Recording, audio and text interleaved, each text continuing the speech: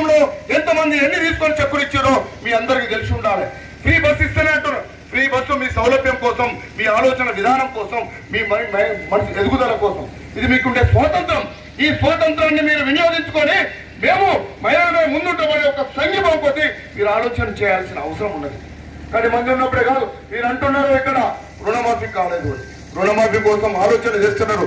దొంగలు పడితే ఇంట్లో వడ్ల బియ్యమన్నా మిగిలిపోతాయి. కానీ గత ప్రభుత్వం దోచుకుంటే పోషితుల కానుండి ఏమి లేకుండా మాయమైంది. దొంగలు ఊరు వచ్చుకున్నట్టుగా ఈ రాష్ట్రాన్ని ముక్కలు చేసింది ఆ ప్రభుత్వం. దాన్ని ఇప్పుడు ఆ ప్రభుత్వం కుదురుకోవాలన్నా ఎంతో మంది నాయకులను సమన్వయపరుచుకుంటూ అందరిని ఒప్పిస్తుండు. మరి దొడ్డు బియ్యం కాదు మాకు కావాల్సింది, మా పేదలు అక్కలు అన్నలు అందరూ తినాల్సింది సన్న బియ్యం అని సన్న బియ్యం కోసం ఆల్రెడీ చేసారు.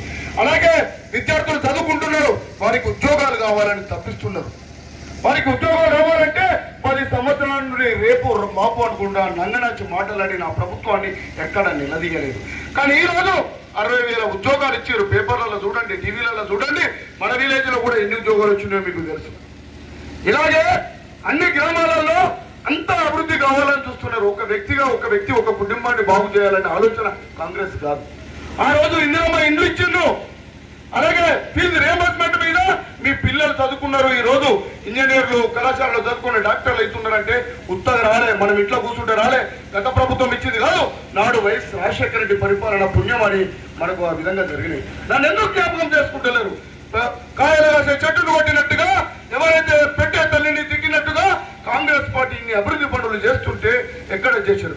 గతంలో ఎవరమ్మా ఏ ఊళ్ళో మీ ఊళ్ళో ఒక డబుల్ బెడ్ రూమ్ ఉన్నదా? ఎక్కడ డబుల్ బెడ్ రూమ్ లేదు. కానీ ఈ మండలంలో ఇంకా 4 రోజులు వస్తే మీరే ముగ్గులు పోసుకుంటారు. పక్కన గుణుకులపల్లె రెవెన్యూ, ఇందుకి రెవెన్యూలో చూడండి, వాళ్ళు ఇల్లు బ్రహ్మాండం కట్టుకుంటున్నారు. అక్కడ అందరికీ రుణమాఫీ అయింది, రైతు బంధు వచ్చింది, అన్ని వచ్చినాయి. మనకు కూడా వస్తాయి విడతల వారీగా. ప్రభుత్వం వచ్చి సంవత్సరం కాలేదు, అన్యతా భావించకండి.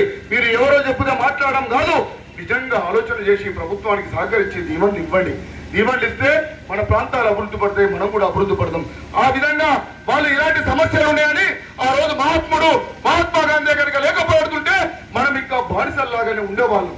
ఆయన ఉప్పు సత్యాగ్రహం చేసి మహాయాత్రలు చేస్తూ ఎవరిని ఇబ్బంది పెట్టద్దు, ఎవరిని అజ్జేయద్దు అని ఆ రోజు మనకు బ్రిటిష్ వాళ్ళను మంచి మాటల కొద్దీ, సమయాల కొద్దీ వారిని అందరినీ వాళ్ళ దేశానికి పంపించి మన సంపదలను మనమే, మన రాజ్యాన్ని మనమే కాపాడుకుందామని మహాత్ముడు ఆ రోజు కళ్ళగని ఎంతో ఆయన ప్రాణాన్ని కూడా త్యాగం చేసి అన్నిటినీ వదిలిపెట్టి ఆయన చనిపోతుంటే కూడా ఇంకొన్ని ఇబ్బంది పెట్టద్దు, హే రామ్ అంటూ ఆ రోజు చంపిన వాళ్ళని కూడా ఏమనొద్దని చెప్పినంత మహాత్ముడిని మనం మర్చిపోతున్నాం. దయచేసి అలాంటి మహాత్ముడిని స్మరించుకుందామని ఈ పాదయాత్ర.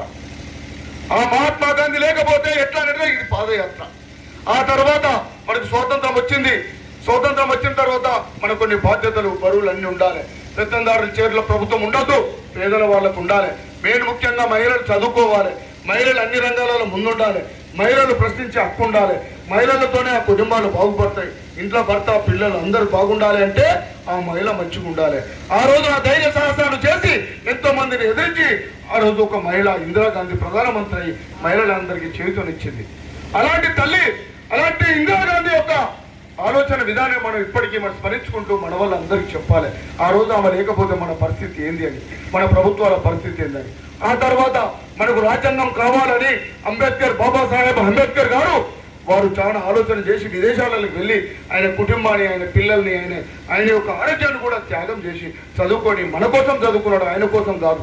ఆయన వ్యాపారాలకు కాదు, ఈ రాజ్యాన్ని, ఈ మన భారతదేశాన్ని కాపాడుకోవాలంటే చదువు ఒకటే మార్గం అని ఆయన అప్పుడు 18 డిగ్రీలు తీసుకున్నాడు. తీసుకొని ఈ రాజ్యాంగం రాసి ఈ రాజ్యాంగంలో మహిళలకు ఉండాల్సిన హక్కు మహిళలకు, భర్త భార్యను కొడితే ఏం చేయాలో బెదిరియాలో అక్కడ కూడా చట్టం, భర్త చెప్తినకపోతే ఏమనాలో అదొక చట్టం, మనకు భూములు పక్కింటోడు గుంజుకుంటే దానికి ఏం చేయాలో మనకు చట్టం, మన ఊర్లో అభివృద్ధి ఎట్లా జరగాలో ఒక చట్టం, ఎవరో ప్రభుత్వాన్ని ఏలొద్దు కుర్చీలో కూర్చుంటు కాదు మనం కూడా ఎందుకు కూర్చోవద్దు అదొక చట్టం, మనని ఇంకోటి అనొద్దు అంటే ఏమనాలో అదొక చట్టం, మన ఊరికి ప్రభుత్వ పనులు ఎన్ని వస్తున్నాయి వాటికి ఒక చట్టం.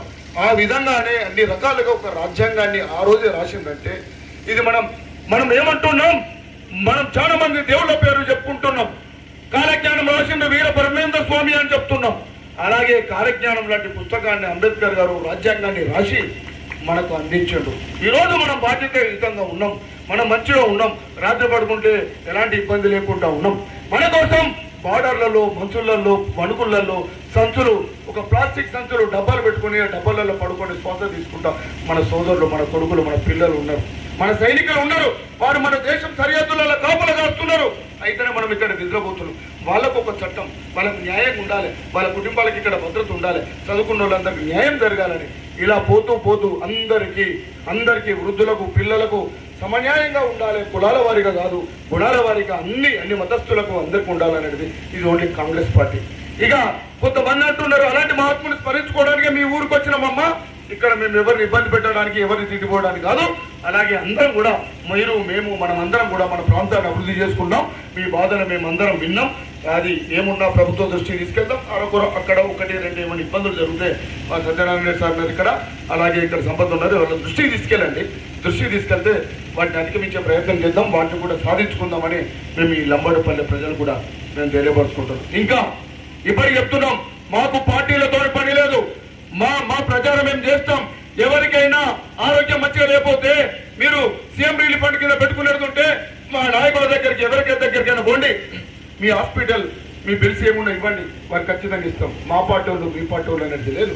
ఇది మనమంతా తెలంగాణ వాళ్ళం, మనమంతా ఒక్కటే. మనకు పార్టీలతో ఎలక్షన్లు అనే పార్టీలు అనేది ఇది కాంగ్రెస్ పార్టీ యొక్క ఫిలాసఫీ, కాంగ్రెస్ పార్టీ యొక్క సిద్ధాంతం. దాన్ని మీరు కూడా ఉండండి. ఇప్పుడు కూడా మీ పిల్లల్ని లోన్ అప్లై చేసుకోమండి. రాజీవ్ వికాస్ కింద మీరు 4 లక్షలు 2 లక్షలు ₹1,00,000 50% సబ్సిడీ ఉన్నది. మీ పిల్లలు మా పిల్లలు అందరూ అప్లై చేసుకోండి. అర్హులు ఉన్న వాళ్ళందరూ ఎంపీడీఓ ఆఫీసులో అప్లై చేసుకుంటే వాళ్ళకు కూడా రేపు రుణాలు వస్తాయి. ఏదైనా వ్యాపారము దేనికైనా అవసరానికి వస్తారు. దానిలో విడతల వారిగా అందరికి ఒకటేసారి అంటే ఇవ్వరు. ఎన్నున్నా కూడా మనం చేయలేం. అన్నం పెట్టేటప్పుడే మనమే పక్కింటికి ఒక్కొక్కరికి పెడుతున్నాం, కానీ అందరికి ఒకటేసారి పెడతలేం కదా అన్న. ఆ విధంగానే ఏది ఉన్నా 1 by 1 అందరికి వస్తుంటది. కాబట్టి అనేదా భావించద్దు. లంబాడుపల్లి అంటే చాలా మంచి గ్రామం. ఈ లంబాడుపల్లెలో మాకు నాటి నుండి ఇది లంబాడుపల్లె కాదు, బొమ్మ వెంకన్నపల్లి అని అందరూ అప్పుడు బొమ్మ వెంకన్న గారు ఉన్నప్పుడు అంటే కాంగ్రెస్ పార్టీకి అంతా పుట్టినీటి లాంటిది.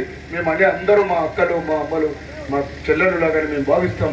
ఈ గ్రామాన్ని అభివృద్ధిలో మేము కూడా ముందుంటాం. ఈ మండల నాయకులు కూడా ముందటుండి ఈ మంత్రివర్యులకు ఎక్కడ అవకాశం వచ్చినా ఈ గ్రామం అభివృద్ధి ధ్యేయంగా మేము పనిచేస్తామని మేము మీకు తెలియపరుస్తున్నాం.